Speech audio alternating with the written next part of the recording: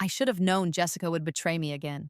The words echo in my head, a bitter refrain, a soundtrack to the wreckage of my life. It wasn't the first time she'd taken something of mine, claimed it as her own. A favorite sweater in high school, a boy I liked in college, even that stupid award for a science fair project I did most of the work on.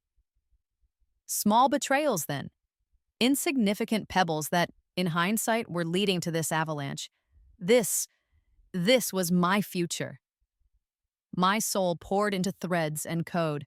The metallic taste of betrayal floods my mouth, sharp and coppery, almost making me gag as I stare at the investor pitch deck on her laptop screen. My designs, my meticulously gathered research data, my revolutionary smart fabric, iris weave, its potential to change industries, laid out in glossy, corporate sanitized slides under her name, Jessica Thorne, innovator. The prototype, the one I'd stayed up countless nights perfecting, fueled by caffeine and an unshakable belief in its power, is gone from my workstation. Vanished. Now I know where. It's probably tucked into a fancy briefcase, ready to be paraded in front of men in suits. My hands tremble. Not with fear, though a sliver of that is there, but with a cold, calculating rage that begins to ignite deep within my chest, burning away the shock. How could she? We weren't just roommates, sharing a cramped two-bedroom apartment and overdue bills. I'd thought we were friends. Sisters forged in the fires of shared takeout and commiseration over terrible dates. Shared dreams. Whispered in the dark. Late-night talks fueled by cheap pizza and even cheaper wine, where I'd naively bared my soul in the intricacies of my invention. Was all of that a lie? A carefully constructed long-con charade to get close to my work? To identify its worth and then rip it from me? The planning it must have taken makes my stomach churn. I hear her key in the lock. The door clicks open, the sound unnaturally loud in the sudden silence of my mind. Jessica waltzes in, humming a cheerful off-key tune, a triumphant smirk playing on her lips. She's dressed in a new power suit, charcoal gray, sharp lines. One I definitely can't afford, one I now suspect my invention, my iris weave, indirectly paid for. The smirk vanishes, melting like ice in a furnace. When she sees my face, the damning evidence of the open laptop, the shattered pieces of my trust scattered around me like invisible razor-sharp broken glass. "Maya, what are you doing up so early?" Her voice is too bright, too forced. "Looking at your handiwork," I manage, my voice surprisingly steady, like a steel rod has been inserted into my spine. Or should I say, my handiwork? I point a shaking finger toward the screen. Her eyes dart to the deck, then back to me. Panic flickers, a tiny, trapped bird behind her pupils, quickly masked by a defensive glare, a familiar hardening of her features. "I don't know what you're talking about. Don't you?" I stand up, slowly. The room suddenly feels too small, the air thick with unspoken accusations. "Iris weave. My name isn't anywhere on this, Jessica, but yours is, prominently. How did that happen?" "Oh, that." She tries for nonchalance, waving a dismissive hand. "It's a terrible performance." "Look, Maya, I was going to tell you." "Tell me what? That you stabbed me in the back? That you stole years of my life?" The rain starts to lash against the windows then. A sudden downpour, as if the city itself is weeping for my loss, or perhaps underscoring the drama unfolding in our tiny living room. The rhythmic drumming sound is a counterpoint to the frantic beat of my heart. "Don't be so dramatic." Jessica crosses her arms, a defensive posture I know all too well. "I didn't steal it. I improved it." "What you had?" It was interesting, a good starting point, but it was basically useless garbage in terms of real-world application. Full of flaws. Useless garbage? The words, my own cherished creation, so casually denigrated, strike me harder than a physical blow. My vision momentarily blurs. I poured everything into that. It worked. You saw the tests. The tests were amateurish. It needed a professional touch, a viable business strategy, something you wouldn't understand. Her tone is condescending, dripping with a newfound arrogance that makes my blood boil. "I took your raw idea, and I made it something investors would actually look at. I made it viable." "You mean you slapped your name on it and pretended it was yours?" My voice is rising now, raw with pain and anger. The core technology, the weave structure, the conductive polymers, that's all mine, Jessica. You barely know the difference between a resistor and a capacitor. Details, details, she scoffs. I'm the one who got the meetings. I'm the one who secured the interest. You were just puttering around in your little corner, talking about changing the world but doing nothing to make it happen. I made it happen. By lying, by committing fraud. It's called ambition, Maya, something you clearly lack. She walks towards her bedroom, a dismissive flick of her wrist. Honestly, you should be thanking me. If this takes off, maybe I'll cut you in for a small percentage, for old time's sake. Thanking her? The audacity of it shatters the last vestiges of my composure. My carefully constructed calm fractures and a wave of pure, unadulterated fury washes over me. Get out, I whisper, the words like ice, each one heavy with the weight of my broken trust. Excuse me? This is my apartment too, last I checked. Or did you forget that while you were busy with your invention? You know what I mean. Get out of my sight. I can't look at her anymore. The sight of her, so smug, so deceitful, is a physical torment. My dream twisted into a mockery by the person I'd trusted most in this city. The dream we'd supposedly shared. The fight rages on, a torrent of bitter accusations and venomous denials. She never admits to the theft outright, always framing it as an improvement or a business necessity. Her voice growing louder, shriller, as my quiet, cold anger meets her bluster. The rain outside intensifies, each drop against the pane like a tiny hammer blow to my already fractured heart. By the time she finally storms into her room and slams the door, the sound reverberating through the apartment like a gunshot, I feel hollowed out, a mere shell of the woman I was just hours ago. The air stills, heavy and suffocating, leaving me alone with the echo of her dismissal and the drumming rain. The aftermath is a blur of tears and disbelief. My world has been upended, my dreams stolen and repackaged by someone I considered a friend. The vibrant colors of my ambition have leached away, leaving behind a dull, aching gray. I can't stay here. Every corner of the apartment screams of her betrayal. The shared coffee mugs we'd bought on a whim, the faded photos on the fridge from happier, more innocent times, even the faint, cloying scent of her expensive perfume that now seems to mock me. It's tainted. The landlord, a kind but harried man, is sympathetic but firm when I call him, my voice choked with unshed tears. The lease is in both our names, and breaking it is costly, a penalty I can't possibly afford. Jessica, of course, in a brief, cold text exchange, refuses to leave or buy me out.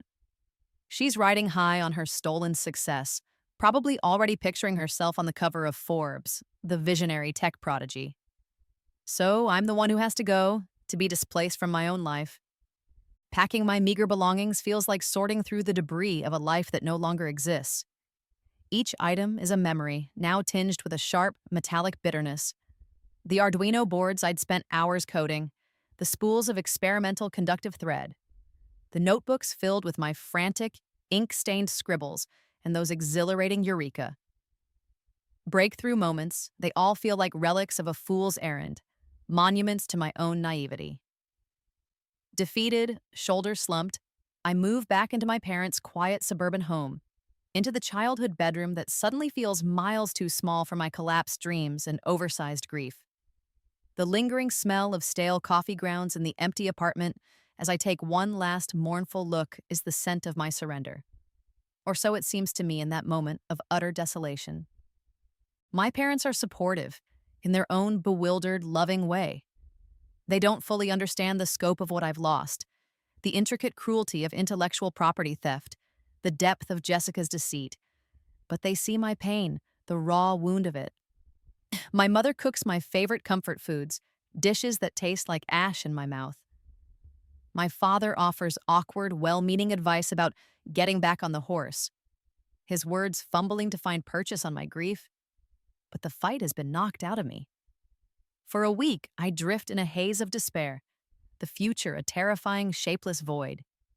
Jessica's words, useless garbage, play on a relentless loop in my mind, each repetition another twist of the knife. Was she right? Was I just a naive dreamer, clinging to an idea that had no real worth? Then, something shifts. It's not a sudden epiphany, but a slow, gathering burn. A tiny ember of defiance begins to glow in the crushing darkness.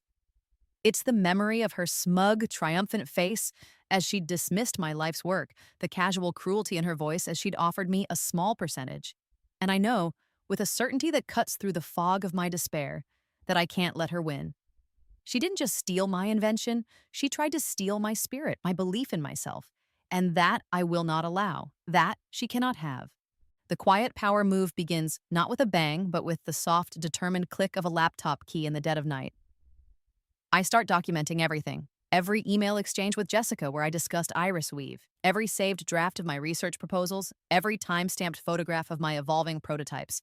From the crudest early models to the near-perfect version she'd purloined. I meticulously reconstruct the timeline of my invention, my creation, building an irrefutable mountain of evidence, each piece a stone in the foundation of my comeback. My grief begins to morph into a steely resolve, my pain, a potent, highly flammable fuel. Then I remember Professor Armitage, my old engineering mentor from university. A legend in his field, sharp as a tack, with a no-nonsense attitude and a deep passion for true innovation. He always believed in my potential, always pushed me to think bigger, to challenge conventions, to look beyond the obvious. He'd been fascinated by my early concepts for iris weave when I'd shyly presented them in my final year. With trembling hands, heart hammering against my ribs, I draft an email.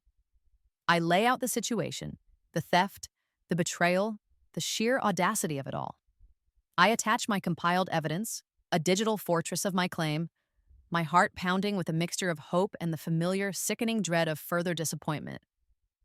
He replies within hours, his email characteristically blunt. Maya, this is outrageous. An affront to the very spirit of innovation. Come and see me immediately. We need to talk. A sliver of hope, fragile but fiercely bright. I cling to it like a drowning woman to a raft. As I'm packing the last of my research notes and the few remaining components to take to him, I find it. Tucked away in an old anti-static bag, a small, custom-fabricated sensor array. A crucial component of iris weave's unique haptic feedback loop and adaptive learning capabilities. Jessica must have overlooked it, or, more likely, not understood its profound significance when she took the main prototype. It's tiny, almost insignificant to the untrained eye, a mere collection of circuits and wires. But without it, iris weave is just fabric. Smart, yes, capable of basic functions, but not revolutionary, not the dynamic, responsive, almost sentient material my iris weave is designed to be. A tiny, cold smile touches my lips for the first time in what feels like an eternity. Maybe she didn't get away with everything. Maybe her improvements weren't as thorough or as intelligent as she arrogantly believed. Professor Armitage listens intently in his cluttered university office, the scent of old books and ozone hanging in the air. His brow is furrowed, his gaze sharp as a laser as he examines my documents, my patents-pending drafts, and the small, unassuming sensor array I place carefully on his desk. He's a man of few words, but his silent, simmering disapproval of Jessica's actions is palpable, a comforting wave of validation. When I finish my story, my voice hoarse but steady, he nods slowly, his fingers steepled. She's made a critical error, Maya, a profoundly stupid one. An error? I ask, my breath catching, hope surging. Yes, he says, a grim satisfaction in his voice, a glint in his intelligent eyes. In her haste to claim it as her own, in her so-called improvements, she's overlooked the fundamental quantum entanglement principles that make your original design so groundbreaking, so elegant. The version she's pitched, it might work superficially, for a flashy demo, but it will be unstable, inefficient, and prone to catastrophic failure under any real operational stress. He taps the sensor array I brought, the one Jessica left behind. And without this specific calibration sequence tied to these bespoke sensors, she'll never achieve true stability or the advanced functionalities. She's built a house of cards on a faulty, incomplete foundation. My heart leaps, a wild, joyful thing, a fatal flaw, a chance. The game isn't over, it's just beginning. Professor Armitage doesn't just offer sympathy, he offers a lifeline. Your original iris weave concept, Maya, he says, his eyes alight with an intellectual fire I remember so well, is not just viable, it's revolutionary. Jessica Thorne has no idea what she's truly dealing with, or rather, what she failed to steal completely. His words are a balm to my bruised spirit, a spark to the tinder of my resolve.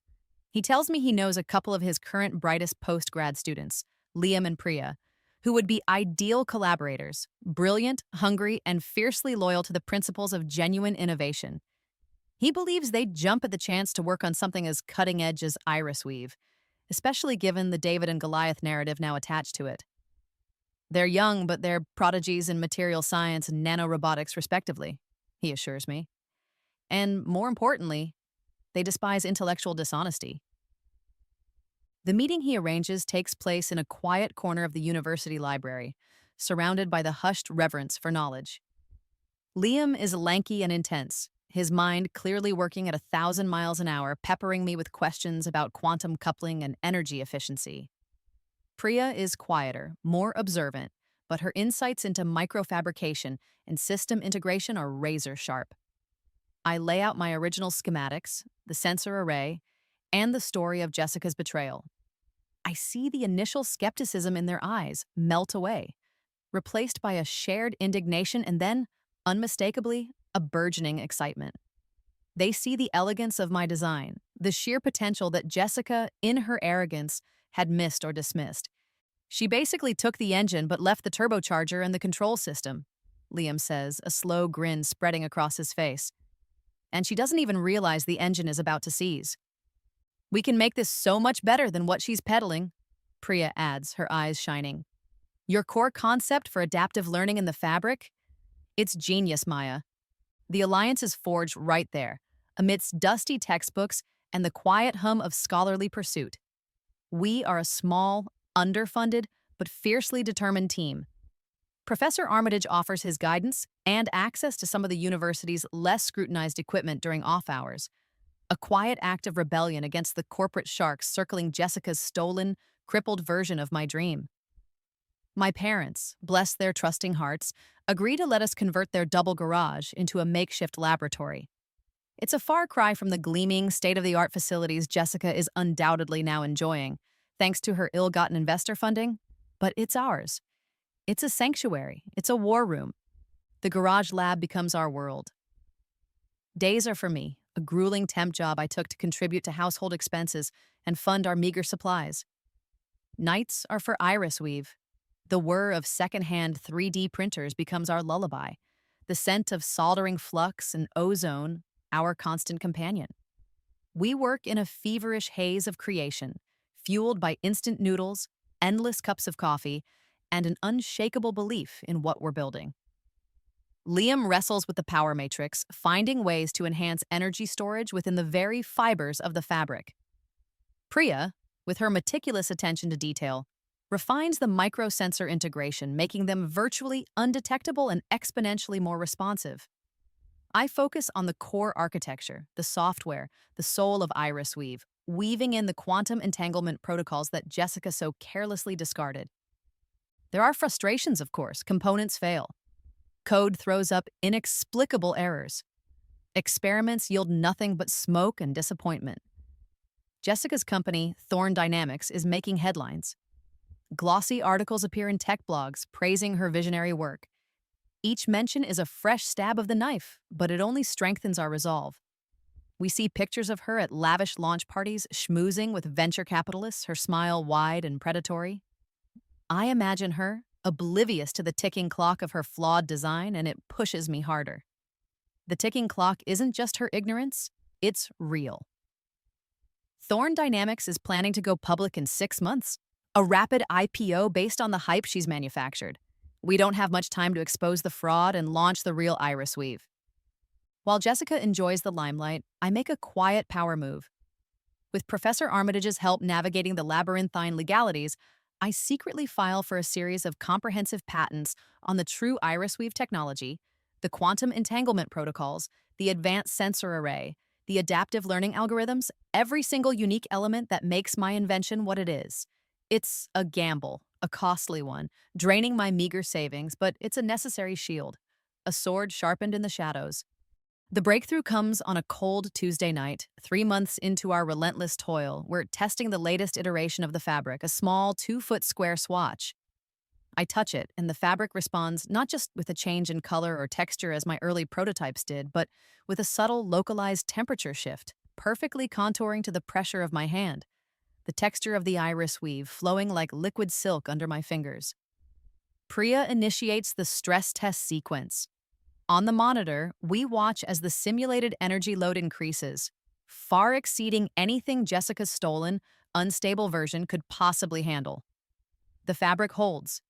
It not only holds, it adapts, redistributing the energy seamlessly, its internal matrix reconfiguring in real time. And it's 10 times more efficient. Liam breathes, staring at the data streaming across the screen, his voice filled with awe. The energy dissipation, the responsiveness. Maya, this is revolutionary. A wave of emotion, so powerful it almost buckles my knees, washes over me. It's not just relief, it's triumph. A pure, undiluted vindication. We've done it.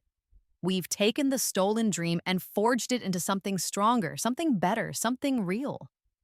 The texture of the smart fabric responding to my touch, warm and alive, is the most beautiful sensation I've ever felt. It's the feeling of hope made tangible.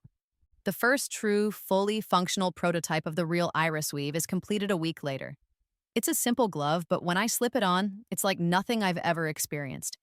It anticipates my movements, subtly enhances my grip, warms and cools, in response to my body temperature and the ambient environment.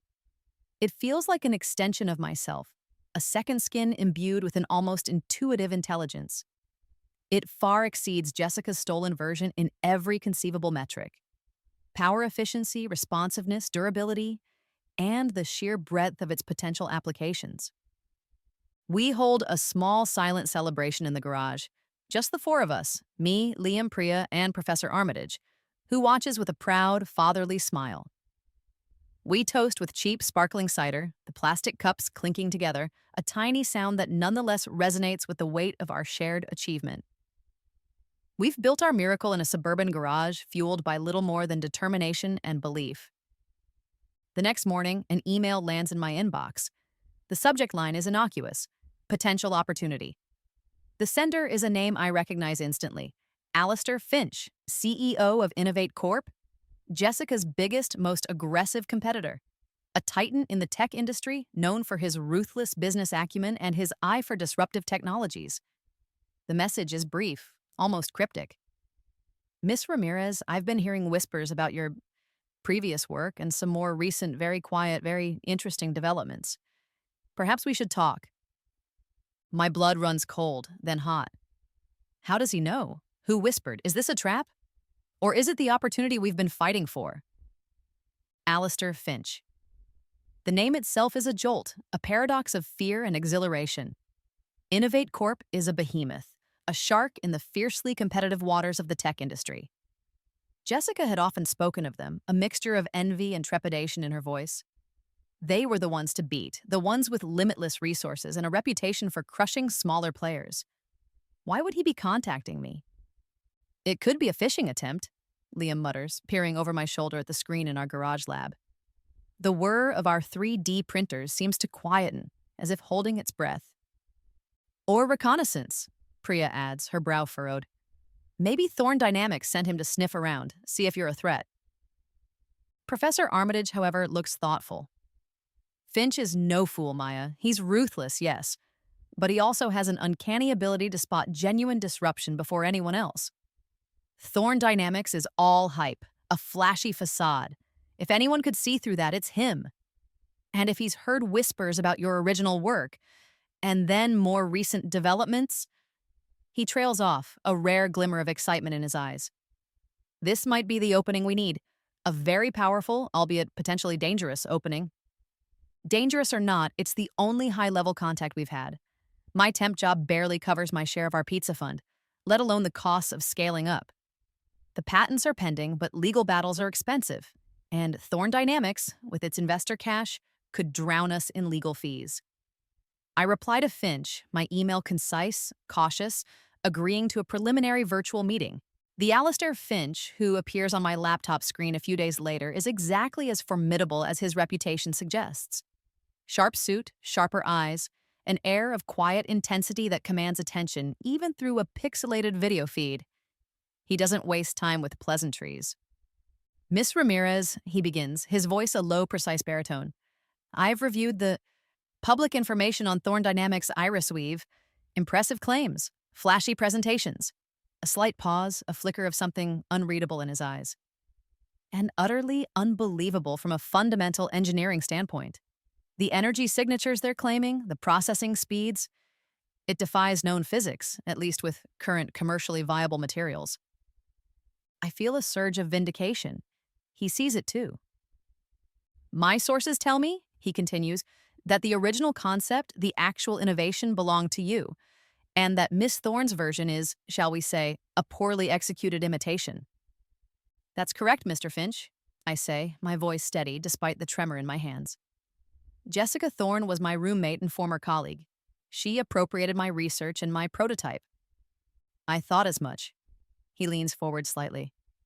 I also hear you haven't been idle, that you've continued your work, that the real Iris Weave is significantly more advanced. This is it, the moment to gamble. It is, Mr. Finch. It's not just an improvement. It's a different class of technology altogether. Talk is cheap, Miss Ramirez. Thorn Dynamics has already poisoned the well with their overblown promises, and, I suspect, soon to be revealed underperformance. Investors are wary of anything branded Iris Weave right now. If you want my attention, or anyone else's, you'll need more than claims. You'll need to demonstrate. I can do that, I say, the words out before I can second-guess myself. Liam and Priya, listening just off camera, give me encouraging nods. Finch names a date, a week from now.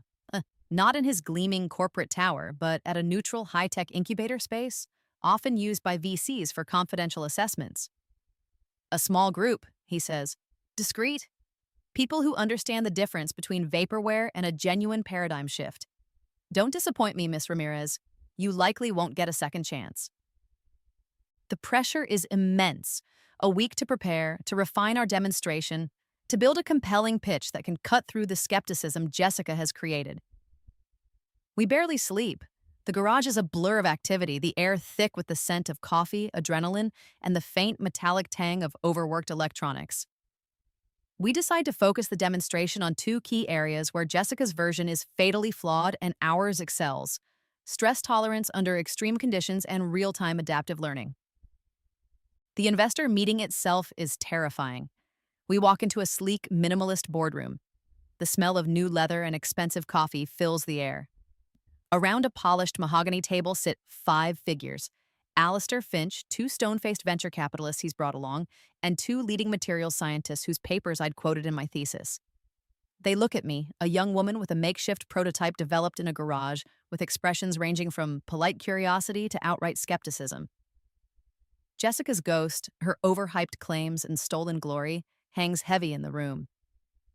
Miss Ramirez, one of the VCs, a woman with an impeccably severe haircut, begins, her tone brisk. We've seen Miss Thorne's presentations. She claims her Iris Weave can revolutionize everything from athletics to aerospace. Frankly, some of her projections seem optimistic. What makes your version different, assuming the underlying IP issues are resolved in your favor? My heart is hammering, but I channel the cold fury of Jessica's betrayal, the quiet triumph of our garage breakthroughs. I lay out the science, the core difference in our approaches, the quantum entanglement principles Jessica ignored, the superior efficiency and adaptability of my Iris Weave. I don't just present data, I tell them the story of innovation, theft, and the relentless pursuit of a true vision. Professor Armitage is there, a silent, steady presence, his reputation lending unspoken weight to my words. Liam and Priya stand by, ready for the demonstration. Impressive theory, Miss Ramirez. The other VC, a man with a skeptical frown etched permanently onto his face, concedes. But Thorn Dynamics has a significant head start, market presence, and considerable funding. Even if their tech is flawed, they have momentum. Momentum built on a lie, I counter, my voice ringing with conviction. A lie that will inevitably collapse. We have the reality. I nod to Liam. Let us show you. This is the critical juncture, the demonstration. We have two identical setups, a mannequin arm rigged with sensors and a fabric sample.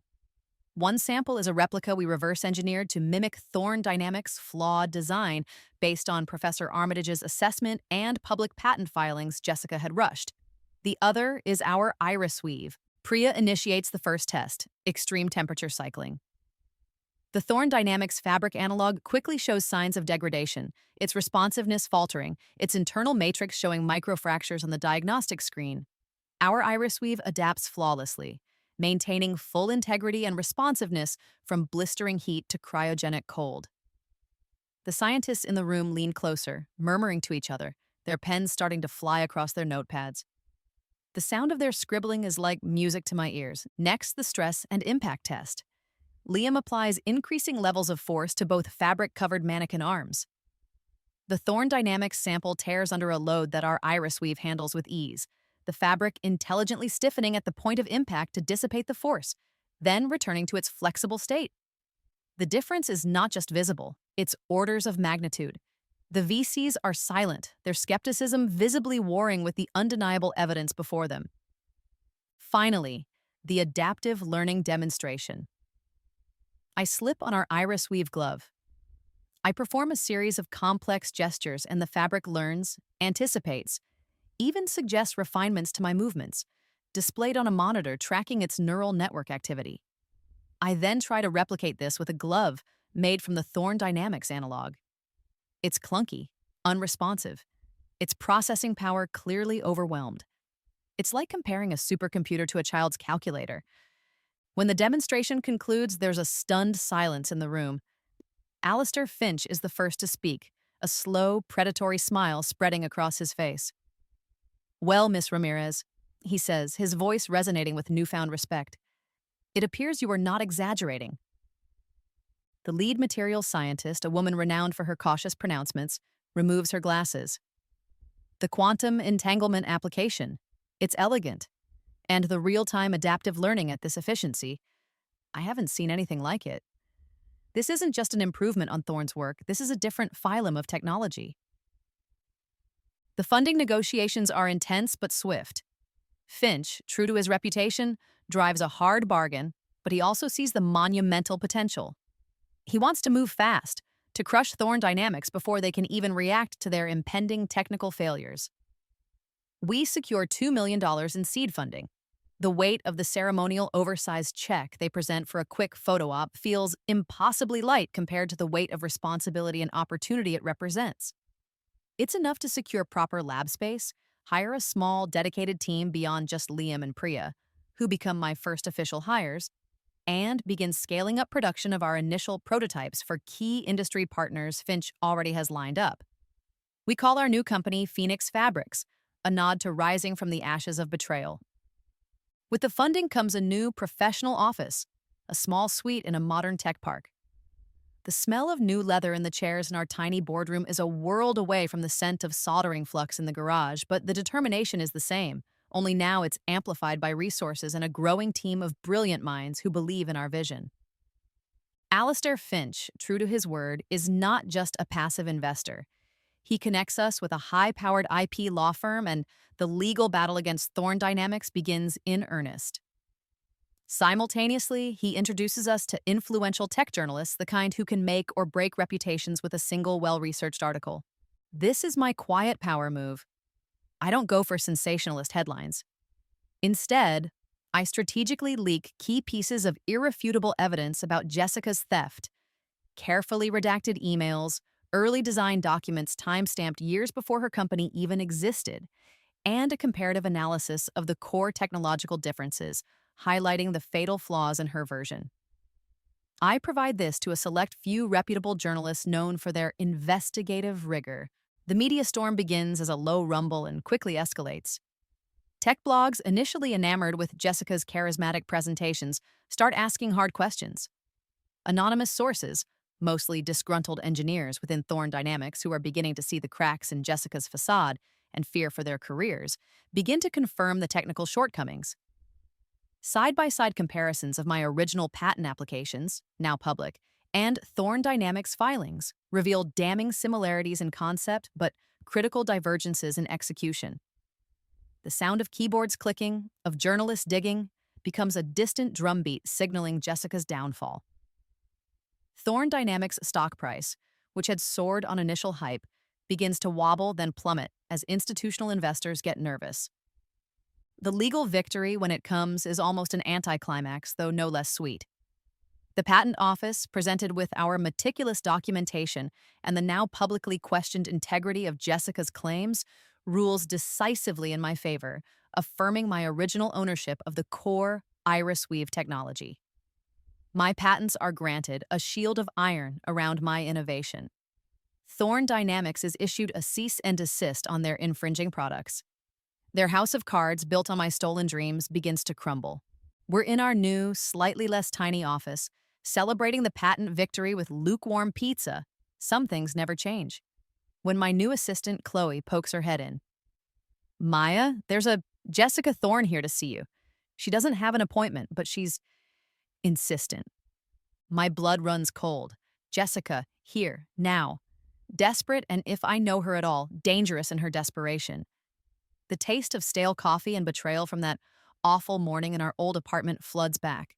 But this time, it's mixed with the steely resolve of a battle hard won. I take a deep breath. "Send her in, Chloe." The prodigal thief has arrived. Jessica walks into my office, and for a moment, I almost don't recognize her. The power suit is still expensive, but it hangs on her differently, rumpled and ill-fitting, as if she's shrunk within it. The arrogant smirk is gone, replaced by a hollow-eyed desperation. Her hair is a mess, her makeup smudged.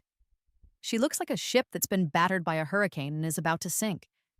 It's a stark contrast to the triumphant figure who'd dismissed my life's work as useless garbage. "Maya," she begins, her voice raspy, a pathetic shadow of its former confidence. "Can we talk?" "I believe we're talking now, Jessica," I reply, my tone cool, professional. I gesture to one of the new leather chairs. She perches on the edge of it, looking small and lost in my spacious, sunlit office, a space earned through genuine innovation, not deceit. "Look, I know I messed up," she stammers, twisting her hands in her lap. "Big time. What I did, it was wrong. I see that now." "You see it now?" I raise an eyebrow. "Or you see it now that your company is bankrupt? Your investors are suing you for fraud, and your visionary tech has been exposed as a dangerously flawed imitation?" Her face flushes a dull red. "Okay, yes, all of that. Maya, I was desperate. I saw what you had, and I wanted it. I wanted that success. I thought I could make it better, make it work faster than you were. By stealing it? I didn't think of it like that at the time. I told myself I was enhancing it, taking it to market. You were so slow, so academic about it. I was being thorough, Jessica. I was creating something revolutionary, not rushing a half-baked product based on stolen ideas." My voice is quiet, but there's a core of steel in it now, a strength forged in the fires of her betrayal and the subsequent fight to reclaim my work. She winces. I know that now. The thing is, Maya, I'm ruined. I've lost everything. My apartment, my savings, everything is gone. No one will touch me in this industry. I'm toxic." Her eyes, those same eyes that once looked at me with such casual cruelty, are now filled with tears. "I need a job, Maya. Please, I'll do anything. I know Iris Weave, your Iris Weave, better than almost anyone. Even the parts I got wrong, I can be useful to you." It's a stunning reversal, the queen of condescension, begging for scraps from the table of the woman she'd tried to destroy. There's a perverse satisfaction in it, a dark little ember that glows with vindication. But there's also a weariness. I'm tired of Jessica. Tired of the drama, the betrayal, the constant shadow she's cast over my life. "You want to work for me?" I ask, the question hanging in the air between us. "Here, at Phoenix Fabrics, after everything?" "I know it's a lot to ask," she whispers, tears now openly streaming down her face, leaving mascara tracks on her pale cheeks. but I have nowhere else to go. I was just trying to help in my own twisted way. I thought if I made it big, I could help you too. Her voice trails off, the lie so pathetic it's almost laughable. Help me? I repeat, incredulous. Jessica, you didn't try to help me. You tried to erase me. She doesn't deny it, just bows her head, her shoulders shaking. The silence stretches, broken only by her quiet sobs and the distant hum of the city. This isn't the triumphant confrontation I'd sometimes imagined. There's no screaming match, no dramatic satisfaction in her downfall. Just the pathetic, broken remnants of a person who gambled everything on deceit and lost. The decision about Jessica gnaws at me, but it has to wait. Phoenix Fabrics is exploding. The $2 million seed funding, which felt like a fortune, is rapidly being deployed. Alistair Finch, true to his word, has thrown his considerable weight behind us, opening doors I couldn't have dreamed of approaching on my own. We're not just refining prototypes anymore. We're preparing for mass production. If Iris Weave is as revolutionary as I believe, Finch had said, his eyes gleaming, we don't just enter the market, we create the market, we dominate it. And for that, you need scale. You need your own factory. The idea is daunting. A factory? I'm an engineer, an inventor, not a captain of industry. But Finch is persuasive, and the demand for Iris Weave, even in its pre-production phase, is staggering. Inquiries are pouring in from sectors I hadn't even considered: medical technology for responsive bandages and smart prosthetics, aerospace for lighter and more durable components, even high fashion for self-styling, environmentally adaptive clothing. So, we begin construction. We secure a massive, neglected warehouse complex on the industrial outskirts of the city, a relic of a bygone manufacturing era. The rumble of construction equipment becomes the new soundtrack to my life, a tangible symbol of our progress. Bulldozers clear away decades of decay, steel girders rise against the sky, and slowly, painstakingly, a state-of-the-art manufacturing facility begins to take shape. The scent of fresh paint and new beginnings mingles with the earthy smell of turned soil and the sharp tang of welding. It's a monumental undertaking. I'm learning on the fly, juggling technological development with supply chain logistics, HR policies, and the mind-numbing complexities of building permits and safety regulations. Liam takes charge of automating the specialized weaving processes for Iris Weave, his genius for robotics proving invaluable. Priya oversees the clean room environments needed for our advanced sensor fabrication. Professor Armitage acts as our eminence grease, his decades of experience providing a steadying hand. We work 18-hour days fueled by ambition and the shared vision of what Iris Weave can become. We're not just building a factory, we're building an empire. And in doing so, we're creating hundreds of well-paying jobs in a community that desperately needs them, breathing new life into a forgotten corner of the city.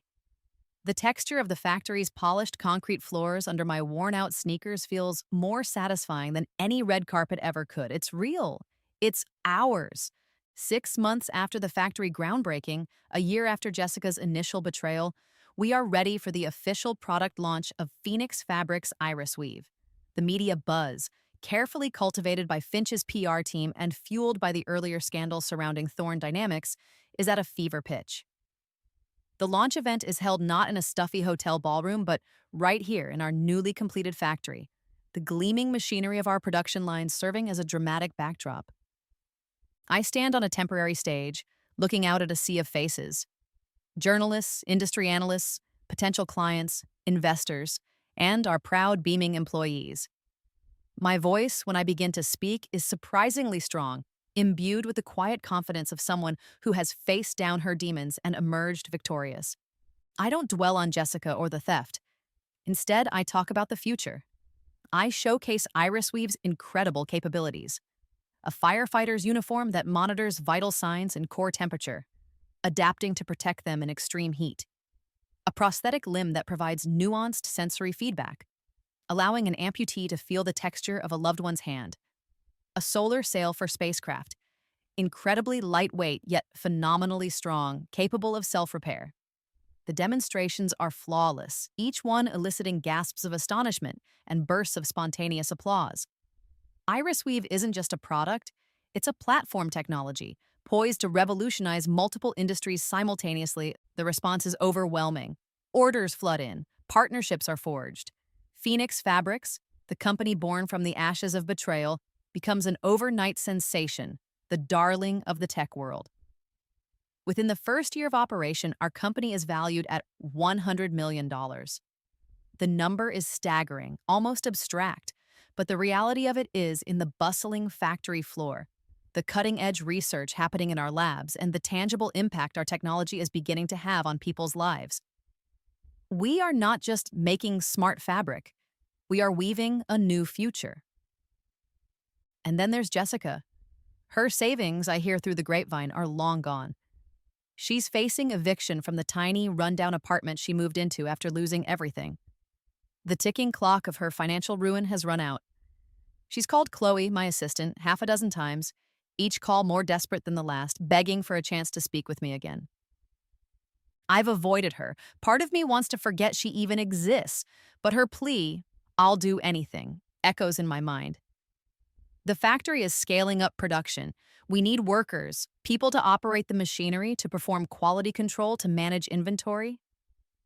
These are entry-level positions, a world away from the executive suite Jessica once schemed to inhabit.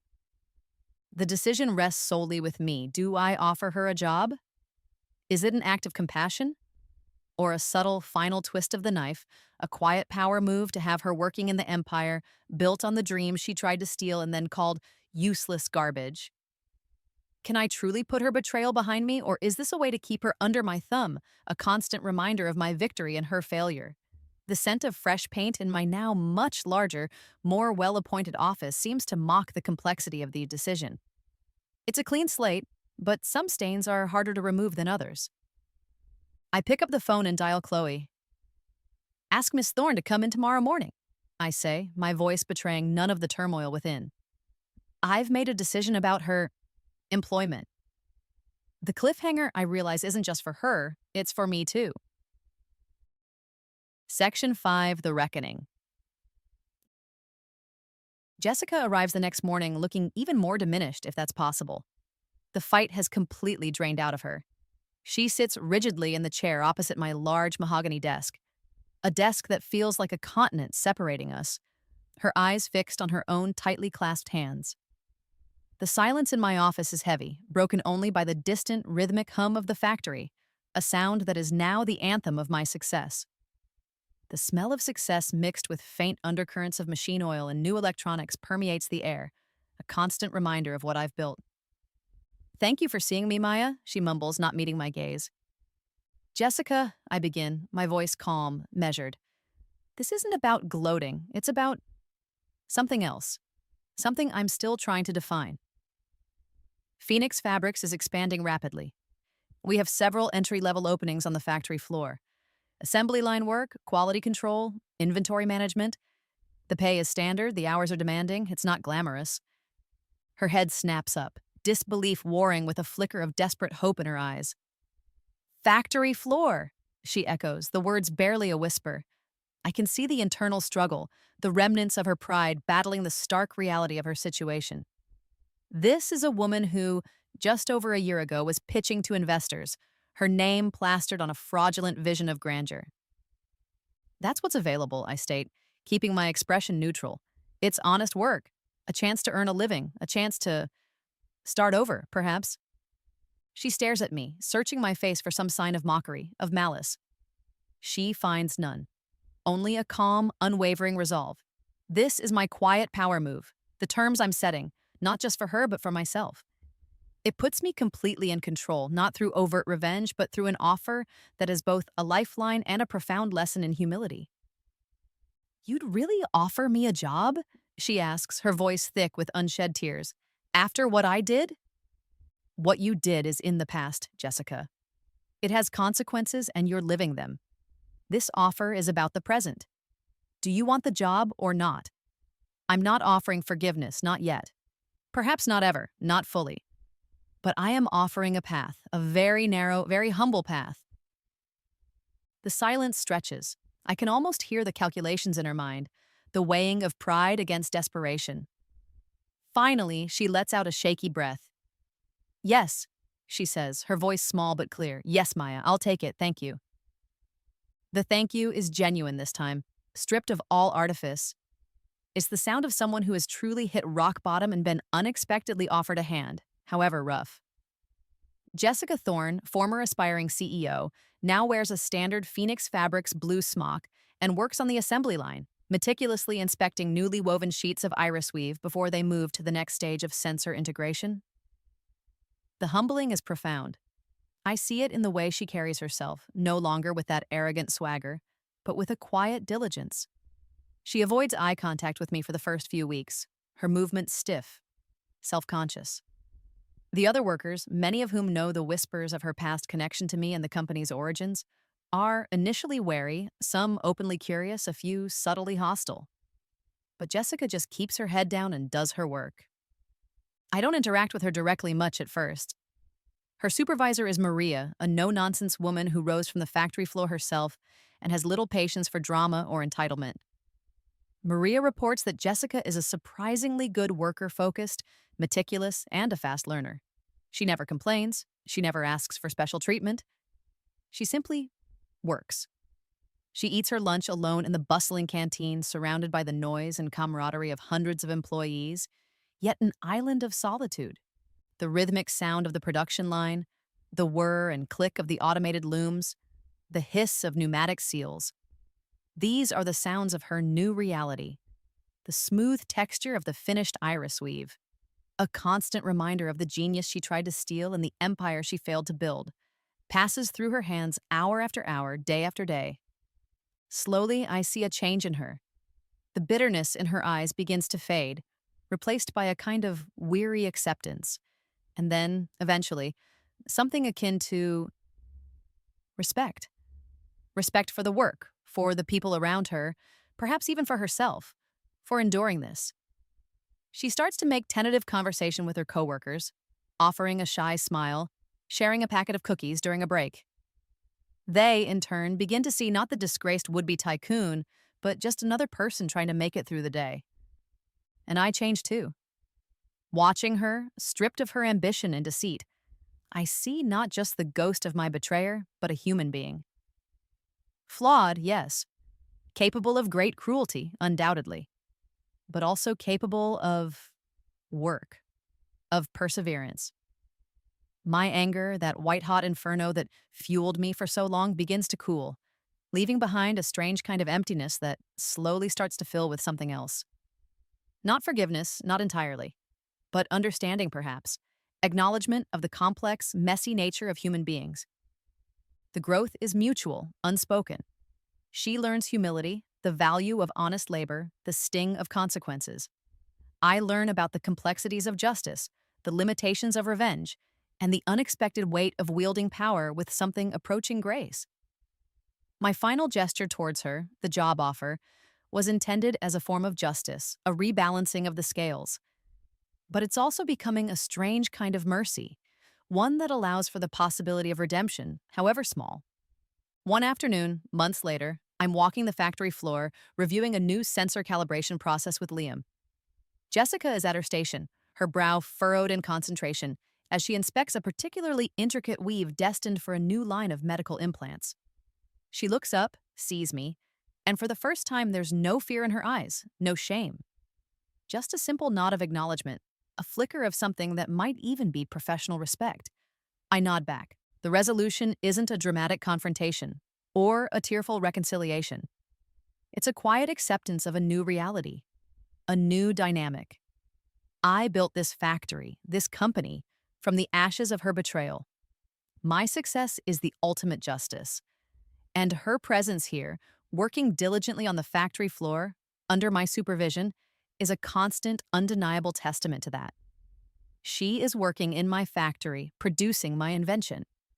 The title I'd once imagined in my darkest, most vengeful moments has come true, but the reality of it is far more nuanced, far less triumphant in a fist-pumping way, and far more human. The invention's true potential is just beginning to unfold. We are discovering new applications for iris weave almost daily, its capacity for adaptation and integration seemingly limitless. It's a living technology, evolving, growing. much like the people within these factory walls. My reflection on success is no longer just about personal vindication. It's about the jobs created, the lives improved, the future we are building, thread by intelligent thread. The price of betrayal was high for both of us. But perhaps, just perhaps, the possibility of growth, of something new and better emerging from the wreckage, is a form of payment too. Phoenix Fabrics doesn't just fly, it soars. The factory, once a symbol of my personal battle, becomes a hub of global innovation. Iris Weave finds its way into everything. Athletes wear our adaptive apparel, smashing world records. Surgeons use our smart sutures that monitor healing and deliver medication precisely. Buildings are skinned with Iris Weave, generating their own power, responding to environmental changes. The expansion is dizzying. We open new facilities in Europe and Asia. My face, once unknown, is now on the cover of tech magazines, not as a victim of theft, but as a leader and innovator. The hum of global success is a constant, vibrant energy. With this success comes a profound weight of responsibility. The lesson I've learned, etched deep, is that true innovation isn't just about brilliant ideas. It's about integrity, perseverance, and the people you trust to build alongside you. Betrayal taught me the value of caution, but the collaborative spirit of Liam, Priya, Professor Armitage, and now hundreds of Phoenix employees taught me the enduring power of shared purpose. My journey has inspired many, I'm told. Young inventors, especially women in STEM, see my story not as a cautionary tale, but as a testament to resilience. That, more than the billion-dollar valuations, becomes my most cherished legacy. But I'm not one to rest on my laurels. The scent of infinite possibility is too intoxicating. Even as Iris Weave transforms industries, my mind is already buzzing with a new challenge, a new concept that began as a whisper in the back of my brain during those late nights in the garage. It's bigger than Iris Weave, more audacious. It involves biointegration, neural interfaces, concepts that make even Liam and Priya look at me with a mixture of awe and concern. The future isn't just about smart fabrics. It's about redefining what it means to be human in a technologically augmented world. And what of Jessica? She's still at Phoenix Fabrics. She rose slowly through the ranks on the factory floor. No special treatment, no shortcuts. She became a line supervisor, then a shift manager. She demonstrated a quiet competence, a dedication that surprised everyone, including at times herself. She never asked for more than she earned, never alluded to our past.